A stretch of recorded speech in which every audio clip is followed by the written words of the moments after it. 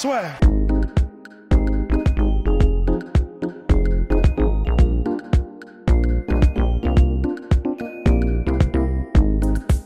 Bien, bonjour à toutes et à tous et bien podcast La Sueur, soir de fête, mon cher Rust. Oui, Nous trinquons jouer au bois, raisonner musette. exactement. Mais avant de parler évidemment de la normalisation du MMA, soirée La Sueur oblige, le lien est dans la description. Marathon de sport de combat, on commence tranquillement, on préchauffe avec UFC Auckland, puis Wilder Fury number 2, et il y aura des guests, buffet illimité, vous connaissez la musique. N'hésitez pas à prendre votre place, il y a dans la description. Quand il n'y en a plus, il n'y en a plus. Bien, mon cher Rust, c'est parti. Ça y est, enfin, ça a été officialisé dans un article de nos confrères de l'équipe, puis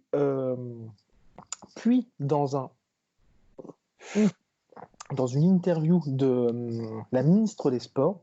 Ça y est, nous allons avoir des compétitions de MMA en France, mon cher Ross, parce que oui, le MMA n'était pas illégal, contrairement à ce qu'on dit assez souvent, c'était la pratique professionnelle, donc en compétition, qui était interdite. C'est pour ça qu'il y a des clubs un petit peu partout. On parle plutôt de normalisation, voilà. Et Je crois juste, monsieur Dussault, que votre micro gratte contre votre écharpe. Ah oui, pardon. Bah, très bien, Russ, oui, effectivement, c'est insupportable tout ça. Et donc, c'est la Fédération française de boxe anglaise qui récupère le magot, finalement, parce qu'on peut parler de magot, parce que ça va être très, très intéressant. Ouais, absolument. Bah, tu vois, tu parlais de la ministre des Sports, Roxane Maracineanu. Bah, clairement, voilà, elle. Alors, il me semble que c'était Laura Flessel avant qui avait déjà commencé à faire. Elle était à ça, et c'est Ouais. juste, je crois que ça s'est joué à quelques semaines. Ouais, ça va, comme dirait Polydomso, à un fifrelin. Et du coup, là, c'est Roxane, du coup. Roxana. Roxana, pardon. Et puis en plus, je l'appelle par son prénom, comme si on était. Comme si on avait gardé les cochons ensemble. Non, mais voilà, c'est vraiment. Elle a fait un travail de ouf, un travail incroyable de fond. Elle voulait vraiment cette légalisation. Ça a fait toute la différence. Elle a probablement vu aussi que de toute façon, c'est un raz-de-marée que tu peux pas retenir très longtemps. Donc voilà, la France a enfin légalisé le truc. Alors maintenant, je crois qu'il n'y a plus que la Norvège et la Thaïlande dans lesquels ça n'est pas légalisé. Donc c'est un. Non, je crois que ça y est pour la Norvège. J'ai peur de dire des bêtises. Mais après, il y a une espèce de flou parce que chaque fois on dit que oui, mais en fait non quand on va sur Wikipédia, je crois. Et justement, en fait, moi j'ai essayé de faire un petit travail tout à l'heure de journalisme presque.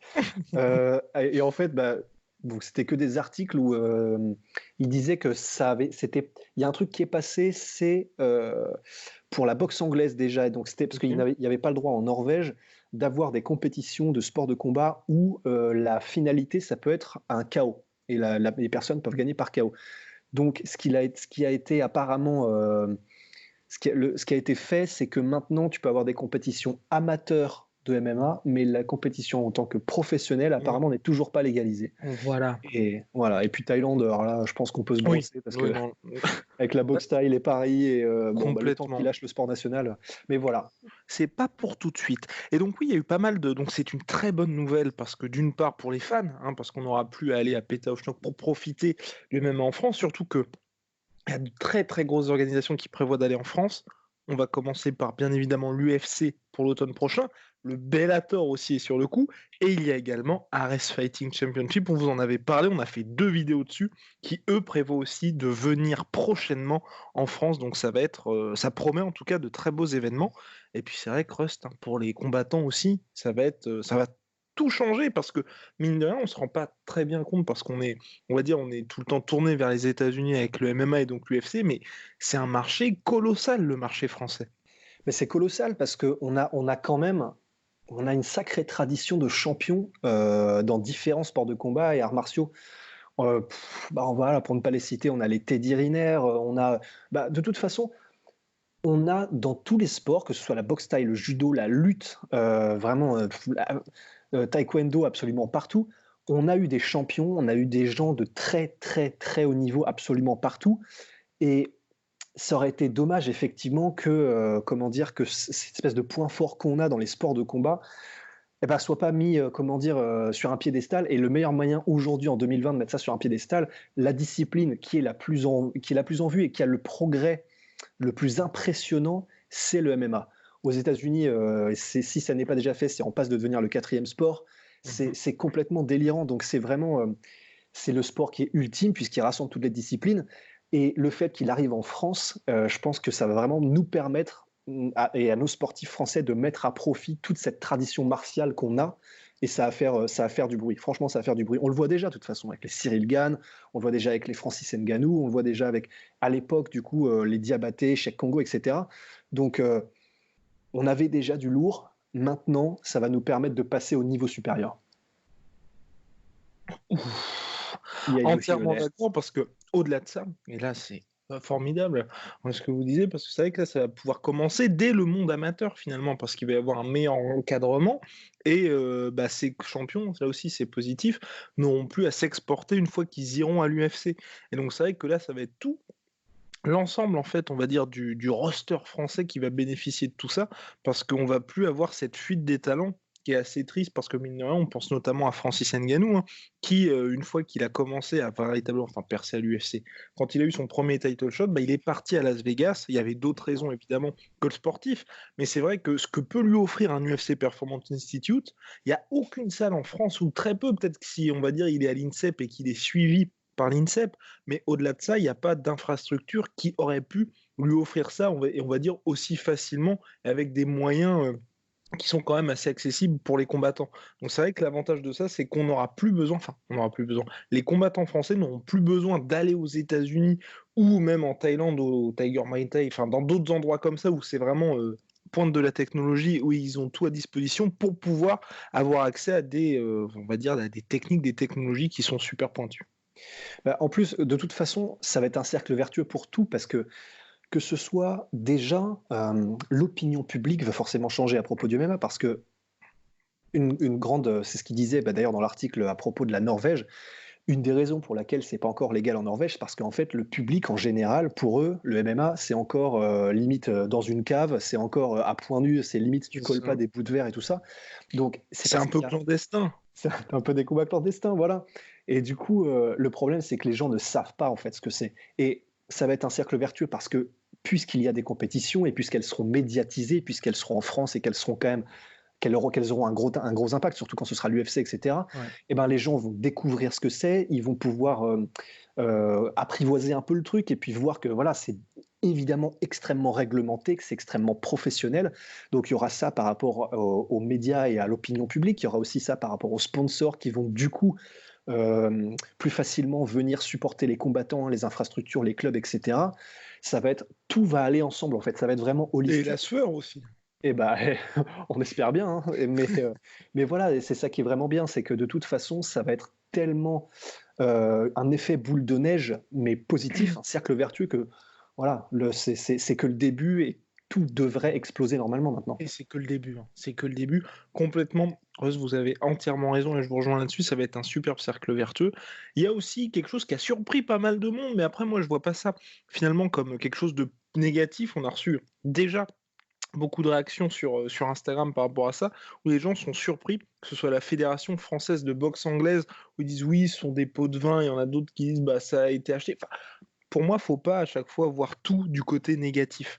Là, il y a une belle fédération justement qui prend possession du MMA, enfin qui prend possession, qui va pouvoir développer le MMA. Certes, effectivement, il y avait la Fédération française de lutte qui, naturellement, on pense plutôt à la lutte pour, on va dire, chapeauter le MMA, mais c'est vrai qu'avoir une fédération qui a des moyens et qui a l'habitude d'organiser des événements d'ampleur, parce que la lutte, oui, effectivement, ça fait sens sportivement, il n'y a aucun souci là-dessus. Mais c'est vrai que les grandes compétitions en France, les grands galas, c'est surtout de la boxe. Et quand va y avoir l'UFC, quand va y avoir ces grosses organisations-là, ou d'autres organisations qui vont monter, ou même je pense aussi au 100% Fight, qui va peut-être avoir de nouvelles ambitions, ils auront besoin justement d'une fédération qui a l'habitude de chapeauter tout ça. Et c'est pour ça que la boxe anglaise, je trouve que c'est une bonne chose, parce que pour moi, le pire, ça aurait été, ok, on fait ça avec la lutte ou avec quelqu'un qui nous, on va dire, qui nous connaît et avec qui on a des acquaintances.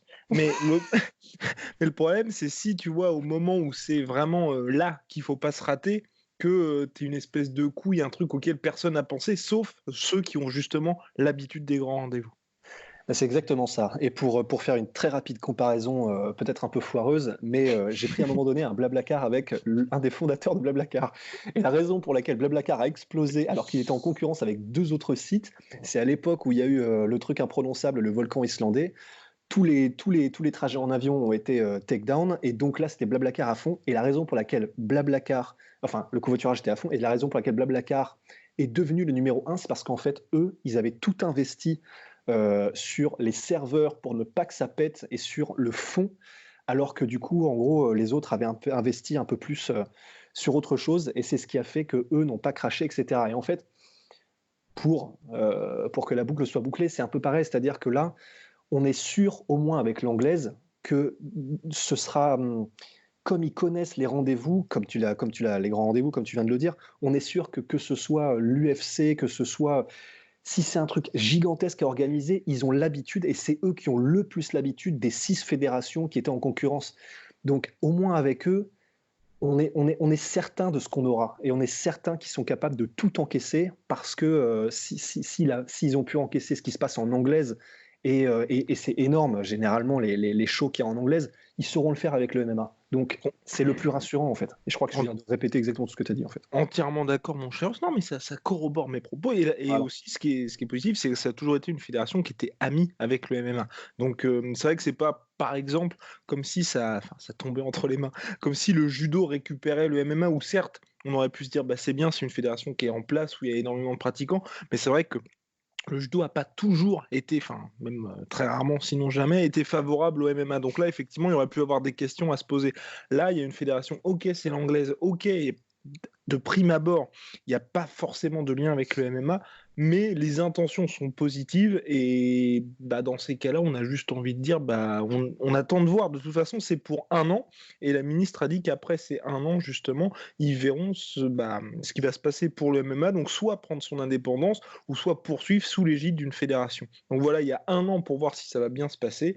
Donc dans tous les cas, si jamais ça tourne au fiasco, mais là encore, ce qu'il faut bien savoir aussi, ça va surtout être, je pense, à mon avis, moi, pour le monde amateur, où il y aura des grosses répercussions, parce que quand il y a l'UFC ou le Bellator ou RS Fighting qui arrivent, bah eux, ils ont déjà leur propre organisation, leur propre finalement modèle de fonctionnement. Donc on va dire, il y a juste un peu comme quand il y a la commission athlétique du Nevada qui est là pour chapeauter, c'est plutôt un rôle de support, et encore, hein, ils sont plus là pour dire, bon bah on est la caution vraiment sportive du show. Ouais, ils Donc ce sera supervisent, quoi, ouais. exactement, donc ce sera vraiment, je pense moi, pour le monde amateur. Et là encore, il y a énormément de pratiquants de boxe, d'anglaise, pardon, donc bon. Mm. Non, ça. Il est vrai que la fédération de lutte, en fait, la raison pour laquelle les gens, certaines personnes grognent, c'est parce que, bah oui, enfin, évidemment, la lutte et le MMA, tu peux C'est pas comme faire chien et plus. chat. Ouais, voilà, c'est comme, sinon, le MMA sans lutte, c'est comme un facteur sans vélo, quelque part. Donc, en fait, Exactement. parce que la lutte, c'est les transitions, et quand tu maîtrises les transitions, eh ben, tu maîtrises le combat. Donc, la lutte étant la clé du combat, c'est vrai qu'on aurait pu se dire que la lutte avait un peu plus de légitimité, mais en fait, oui, c'est vrai, mais bon, là, comment dire, c'est plus uniquement que sur le domaine du sportif, c'est aussi vraiment sur le domaine de la capacité à s'adapter et à vraiment encadrer des énormes events et des énormes compétitions. Donc, non, c'est pas déconnant. C'est pas déconnant du tout. C'est pas déconnant comme l'a dit Rust, et de toute façon, il y a jusqu'au il me manque la source finale, parce que je crois qu'il y a un organisme, je ne sais plus lequel, qui doit accepter justement le fait que ce soit sous l'égide de la fédération de boxe anglaise jusqu'au 29 janvier. Et qui a un droit de veto. Ouais, Exactement. d'accord. Et je n'ai plus le nom de l'organisme, donc 1000 excuses à tous nos auditeurs pour ça. En tout cas, voilà, c'est une très bonne nouvelle. Ça montre que ça avance enfin. Bertrand Amousson, que nous avions eu en interview récemment, peut souffler, parce que ça y est, hein, tout le travail à payer. On dit Mm. également bravo à Benjamin Sarfati, qui a fourni un énorme travail de l'ombre, là encore, pour la reconnaissance du MMA en France. Voilà, donc à très vite pour de prochaines aventures. Et enfin, mon cher Rust, nous n'aurons plus à pourrir notre empreinte écologique pour aller, pour Voir aller des suivre shows. ces événements. Ben oui, voir ce qu'on aime. Donc, bah, Mm. moi, c'est parfait, hein. Que demande Voilà. le peuple? Exactement. Et ah oui, pour finir, moi aussi le truc là, c'est peut-être un autre point. J'espère aussi qu'il y aura un très bon traitement du MMA, et que tu vois que ça restera pas. On en avait parlé, je sais plus si on en avait parlé dans un podcast, mais qu'il y aura toujours vraiment que ça va pas avoir le même effet, tu vois, qu'en anglaise ou même qu'en kickboxing d'une certaine manière, où on va avoir une multiplication en France du moins de machin est champion du monde, machin est champion du monde. Par exemple, si nous, la sueur, demain, on dit on crée le la sueur Fighting Championship, c'est Polydomso qui te bat à plat de couture. par KO après 40 secondes. Donc, il récupère la ceinture, ensuite que Polydomso ne puisse pas dire je suis champion du monde, tu vois. Et qu'il y ait vraiment que ça reste comme c'est aujourd'hui, à savoir, bah, on sait qu'il y a les grosses ligues et puis le reste, c'est des ligues régionales. Mais comme c'est vrai qu'en France, le public n'est pas spécialement éduqué, entre guillemets, ça c'est pas du tout pour être péjoratif que je dis ça, mais éduqué au MMA, qu'il n'y ait pas ce problème-là. Parce que moi, ça me ferait vraiment, ça m'attristerait qu'il y ait, tu vois, sur l'équipe 21, un espèce de show au fin fond de la Charente et qu'ils vendent ça comme un truc de ouf. Ou même sur une autre chaîne, hein. C'est pas du tout pour les. Enfin, tu vois ce que je veux dire? Que vraiment, Ouais. chaque organisation reste à sa place. C'est vrai, c'est vrai. Bah, de toute façon, seul le temps nous le dira. Après, je me dis aussi que tout ça, ça va reposer sur du coup la manière dont les médias vont traiter le MMA, parce que, bah, par exemple, l'équipe, ils vont rester, je pense, sur les plus grosses compétitions et la manière dont ils vont les traiter. Et puis ils sont déjà, ils connaissent déjà un petit peu, ils ont déjà commencé à suivre tout ce qui se fait Complètement. aux États-Unis. Je me souviens que déjà, il y a quelques années, ils faisaient des hors-séries le week-end spécialisés et dédiés au MMA. Donc ils Exactement. s'y Bah, il connaissent. y avait eu aussi l'équipe Mac dédiée à Habib. Habib. Ouais. Donc voilà. Et donc en fait, c'est le seul truc qui me rassure, c'est que c'est pas comme si on avait un nouveau bébé entre les mains et que personne ne sait quoi faire parce que personne ne sait ce qu'il raconte en fait. Là, on sait ce que c'est, on le connaît, le bébé, on le connaît déjà, donc voilà, on va savoir comment le nourrir correctement, tu vois. On va savoir qui est qui. Non, mais bah, très bien en tout cas. Je suis entièrement d'accord avec vous, mon cher Rust. Voilà. Donc ça va être de prochains mois qui s'annoncent assez excitants, à savoir quand même qu'il va y avoir un petit temps de latence, puisque même si c'est approuvé le 29 janvier, je crois que les licences ne pourraient être distribuées qu'à partir de septembre. Donc je pense que l'organisation d'un premier événement, c'est pas pour demain. Mais ce qui est intéressant, et là, moi, je vais quand même. On va suivre ça d'ailleurs avec attention. C'est le cas du 100% Fight, parce que c'est vrai que c'est la grosse organisation de Pancras en France. Alors, est-ce qu'ils vont bénéficier de cette légalisation pour prendre justement finalement un nouvel essor? L'ampleur qu'il aurait dû, ouais, qu'il mérite. Exactement. Ou au contraire, que ça va rester vraiment une organisation très locale à suivre dans les prochains mois. Sachant que c'est quand même, mine de rien, la plupart des champions de MMA qui viennent de France sont passés Ouais. par le 100% Fight. Bah ouais, parce que ouais, si je me souviens bien, bah déjà Francis Ngannou déjà est passé par le 100% Fight. Si je me souviens bien, Morgan Charrière, Morceau Mansour Barnaoui, Barnaoui, je Abdul crois Abdouragimov. aussi. Abdul Abouragimov aussi, Saladin, il est passé au 100% Oui, Fight. Saladin est passé par le 100% Donc Fight. ouais, Enfin, ouais, ouais. en fait, voilà, c'est la meilleure organisation et la plus grosse organisation qu'on a en France. Donc c'est vrai que ça va être intéressant de voir comment elle évolue, puisque en tout cas, s'il y en a bien une qui est méritante et par tout le taf qu'a fait Hatch, c'est bien le 100% Fight. Exactement. Nous sommes complets sur le sujet, mon cher Rust. Ouais, parce que j'ai l'impression de radoter pendant tout le podcast, donc je pense que oui. Eh ben, formidable. On se retrouve très vite pour parler de Yoel Romero contre Israël Adesanya. Oh, oh, yo, yo. Et puis La guerre. on parlera également du combat McGregor contre Cerrone, parce que nous n'avons pas fini de milquer l'UFC 246. Bien, en tout cas, on remercie nos sponsors, nos proud sponsors. On commence par MyProtein. On en a déçu quelques-uns. J'ai reçu quelques insultes, mon cher Plus de Rust. 10. Pourquoi? Mais parce que le code est passé à 46% de réduction et que jusqu'à maintenant on était à 38. C'est même pas une blague, hein. Il y a 3 mecs qui m'ont dit putain, j'ai acheté la semaine dernière et c'était à 38. Là, bon, maintenant, on Bah, est racheter. passé Rachète. Non, maintenant on est à 46% de réduction en plus des soldes et surtout avec le code la sueur sur MyProtein. Et puis on remercie Jetronomy. Au-delà d'avoir un boss qui gère, mais qui gère comme jamais, bah, ils ont des super produits. On pense notamment à leur savon et également, bien évidemment, à leurs soins pour le Ouais. visage, tout simplement, que nous allons bientôt tester, mon cher Rust. Voilà, et puis nous testerons peut-être avec Polydomso. D'ailleurs, on lui lance un appel. Si jamais il veut nous donner des nouvelles, s'il est toujours vivant, qu'il n'hésite pas à commenter ou à nous envoyer des messages. Voilà. Ouais. Ouais. Allez. Bah, bah oui, oui, oui. On tente des approches, mais c'est vrai Ouais. que Il est insaisissable. Il est insaisissable. insaisissable. Parce que pour vous dire, pour être complètement honnête, on n'a pas plus de nouvelles que vous. Donc, Moi, je l'ai tagué sur un truc Facebook à un moment donné et j'ai eu un like, mais c'était tout. on ne sait même pas si c'est lui qui a liké d'ailleurs. Donc, bref, Ouais, la légende. La légende. Polydomso, si tu nous entends, on est là, on espère être tes amis. Enfin, on t'aime, oui, on t'aime. J'espère que la réciprocité est vraie. Bien, mon cher Rust, on a trop parlé. Allez, à la prochaine. À la prochaine. Soit.